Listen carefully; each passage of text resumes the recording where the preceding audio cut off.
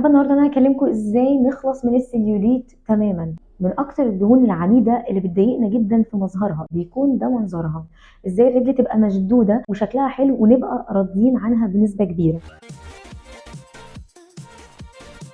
اول حاجه احنا محتاجين نعرف ايه هو السليوليت. السليوليت دي هي دهون سطحيه موجوده ما بين طبقات الجلد، زيها زي اي دهون في الجسم، بتزيد مع زيادة الوزن وبتقل لما الوزن بيقل. الجهاز الليمفاوي نشاطه وخموله بيساعد على تراكم الدهون في طبقات الجلد. الدهون دي بيزيد تواجدها وبيقل تواجدها مع نشاط الجهاز الليمفاوي، وبيساعد على ده وجود هرمون الاستروجين عند السيدات، يزود من وجود الدهون في طبقات الجلد دي بمنتهى البساطة. عشان كده موضوع السليوليت ده موجود ده بنسبة أكبر عند السيدات من الرجال. لما الجهاز الليمفاوي ده بيتنشط بيقل شوية من تراكم الدهون في طبقات الجلد، فبالتالي المنظر بيبقى مشدود وحلو وما بيبقاش فيه تعرجات الدهون والتعرجات السطحية اللي بتضايقنا كلنا دي.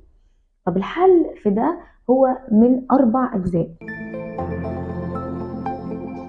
أول حاجة وأكيد لازم يكون في تمرين بيوازن ما بين نسبة الدهون لنسبة العضل، يعني لازم يكون في تمرين مع نظام غذائي صحي يقلل شوية من نسبة الدهون في الجسم، وفي أنظمة غذائية تقدر إن هي توازن ما بين حرق الدهون بنسبة عالية وبناء العضلات زي الهاي بروتين لو كربوهيدرات. يكون في موجود تدليك سطحي للجلد سواء بالدراي براش أو يكون تدليك بالإيد بحركات دائرية كده باستخدام علاجات موضعية. العلاجات الموضعية بقى اللي احنا جايين نتكلم عليها ترطيب الجلد والمساج باستخدام نوع من انواع الامينو اسيدز الاساسيه، هو جزء كبير جدا من علاج السليوليت الزياده ده. حاجه زي الالكارنيتين مثلا، الالكارنيتين ده تم اثبات تاثيره على السوبرفيشال او الترانسديرمال فات. الالكارنيتين ده من اهم المواد اللي دلوقتي اللي بتاثر على السليوليت لو استخدمته موضعيا او لو استخدمته عن طريق الحقن السطحي. بغض النظر عن الحقن السطحي، لان في ناس كتير ممكن تخاف من اضراره، وفي ناس كتير جدا ممكن تخاف من مش هتعرف تعمل عمليه الحقن السطحي دي.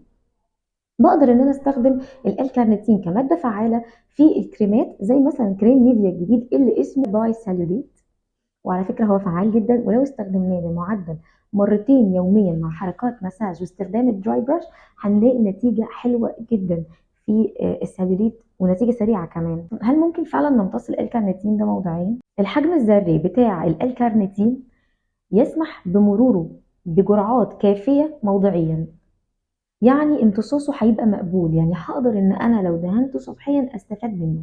كميه قد امبول كامل على معلقتين من جل الصبار، وبدهن بيه المناطق اللي فيها سليوليت، ومع حركات مساج بايدينا، وبعد ما يتشربها الجلد ببدا ان انا استخدم الدراي براش. وقتها بلاقي تحسن كبير وملحوظ جدا في شكل الجلد بعد فترة 2 أو 3 مع استمرار العملية دي. رياضة ونظام غذائي سليم واستخدام الدراي براش والمساج لتنشيط الجهاز الليمفاوي، وكمان استخدام الكارنيتين موضعيا. هل انا لازم اخلطه بجل الصبار؟ امتصاص الجل عن طريق البشرة يعتبر كويس جدا، وكمان ممكن ان انا اضيفه على كريمات مرطبة، وبالمرة هبقى بعالج مشكلة زي جفاف الجلد في الرجل وجلد الوجه. هل الموضوع ده بيبقى مؤثر على الخطوط او الستريتش ماركس وخطوط التمدد وعلامات التمدد؟ لا، مش مؤثر. الحاجة الوحيدة الموضوع ده موضوع مختلف وهنتكلم عليه بعدين، لكن نصيحة مني، المادة دي لو استخدمناها واستمرينا عليها بالطريقة دي ندهن بيها جسمنا موضعيا، هنلاقي في خلال 3 شهور السليوليت قل جدا مع اتباع نظام متكامل، وكمان التمرين هنلاقي مفيش سليوليت خالص. انا كده قلت كل اللي انا عايزاه، والموضوع ده انا بحكيه لكم عن تجربة شخصية ساعدني جدا ان انا اشد منظر رجلي واخليها احسن كتير. فجربوا وقولوا لي تجربتكم في الكومنتس، قولوا لي عملتوا ايه. ميرسي جدا ان انتوا شفتوا الفيديو لغاية دلوقتي، وباي باي.